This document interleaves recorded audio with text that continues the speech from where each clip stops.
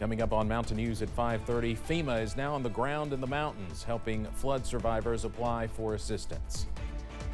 And conflicting instructions spark confusion and chaos for federal workers. And another day with wall-to-wall sunshine, but rain chances are in the forecast. Find out when coming up. Dedicated to southern and eastern Kentucky, this is WYMT Mountain News at 5:30.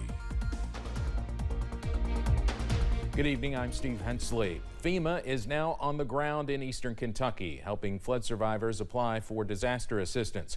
Floyd County has also been added to the major disaster declaration, bringing the total to 11 counties. WYMT's Caroline Mueller reports from the Knott County Public Library. FEMA set up at the Knott County Public Library, helping residents apply for disaster assistance following the flooding that happened earlier this month. Knott County Judge Executive Jeff Dobson says now is the time to get applications in. We have 3 representatives here that's taking applications for individuals to claim their private assistance. We also, there's a lady from KYEM who is doing a survey as well to assist you with your application process. Dobson says folks should apply as soon as possible and keep track of their FEMA identification number. At the end of that call, you'll receive your FEMA identification number. You must write that down. Keep that. That's going to be your lifeline throughout this whole process.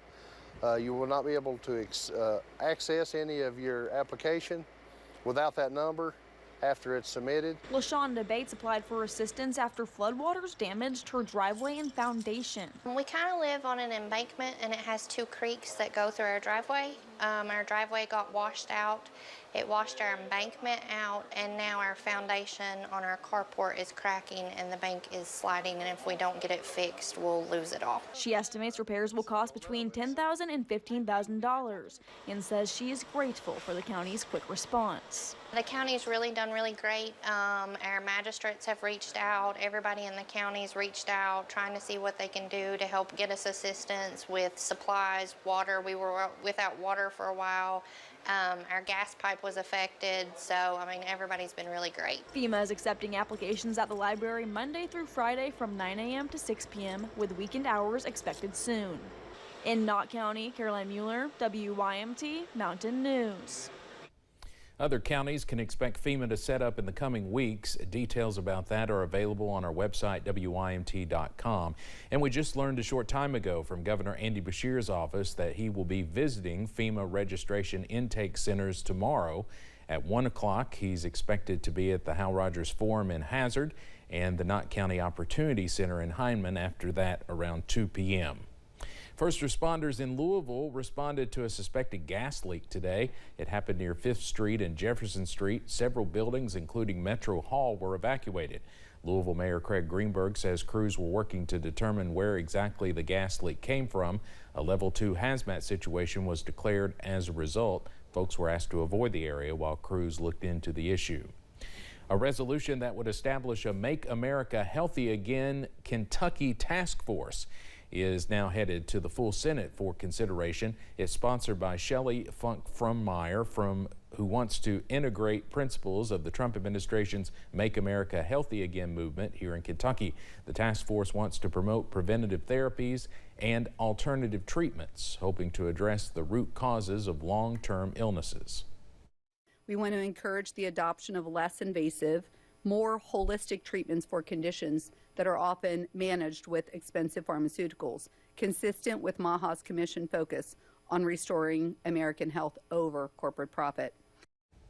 If approved, the task force will be made up of 8 Kentucky legislators, 4 senators, and 4 representatives. 6 of them will be from the majority party. The other 2 will represent the minority.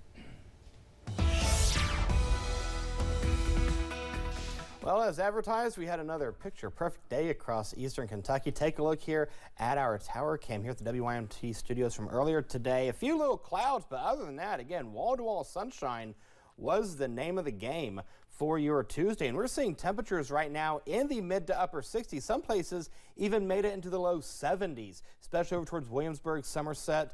Monticello's at 66, Manchester's at 69, Whitesburg, Pikeville, and Clintwood. Good afternoon to you. You're at 64 degrees.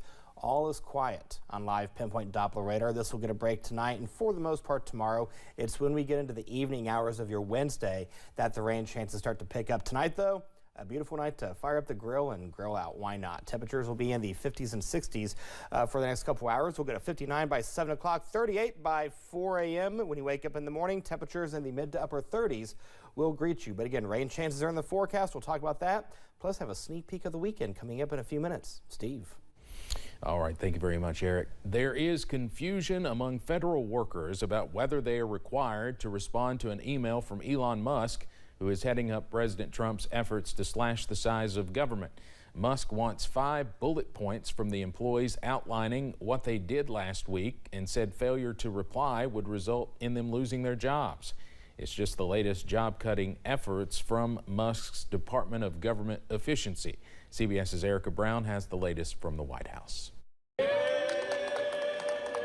A group of federal workers impacted by recent layoffs took to Capitol Hill Tuesday to plead their case to lawmakers. We're going to head up to the first office, and you're going to be able to tell your story, and then we're going to go to the next office, and then we'll just keep going on. Soon, more former co-workers could be joining their ranks, as some of the president's advisors insist federal employees must comply with Elon Musk's ultimatum to send 5 accomplishments from the past week or risk being fired. People need to be accountable.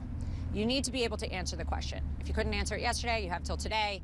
But the reality is accountability is real. But there have been conflicting messages from the Trump administration, including a letter from the Office of Personnel Management saying agency heads may exclude personnel from this expectation at their discretion, but also agencies should consider any appropriate actions regarding employees who fail to respond. The agency heads will determine the best practices for their employees at their specific agencies. Some Republican lawmakers continue to support the sweeping cuts from President Trump's Department of Government Efficiency as they push to slash the size of government. They're going line by line and trying to make sure the money is being spent well. So that's exactly what they ought to be doing. And some lawmakers have downplayed videos from recent congressional town halls showing constituents upset about the cuts. Some of the people that hijacked those town halls are happy with the bloated status quo. Republican Congressman Rich McCormick, who faced pushback last week, now says the mass firings should slow down to study their impact.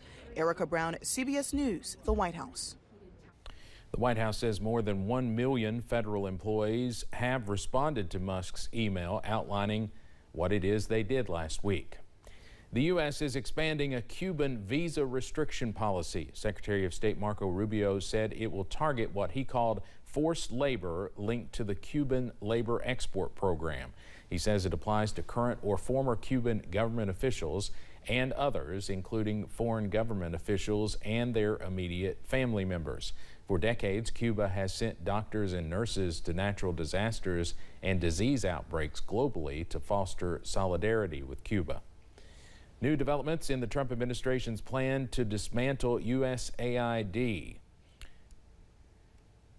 And we'll have more on that later. Also, the Senate has voted to confirm Dan Driscoll as Secretary of the Army. Driscoll is President Trump's 20th nominee confirmed since his inauguration. The 38-year-old, who most recently served as a senior advisor to Vice President J.D. Vance, was an Army first lieutenant. He saw bipartisan support at his confirmation hearing in January. Rudy Giuliani's saga with 2 Georgia election workers over his false statements after the 2020 presidential election is over.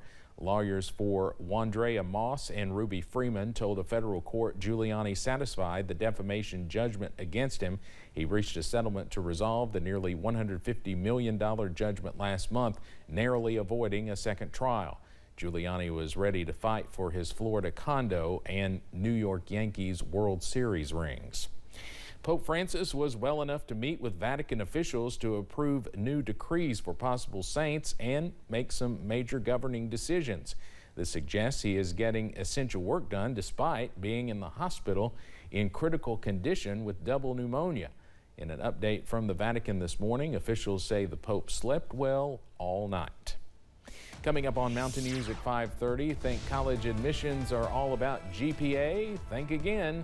What schools also prioritize and how to give your student an edge.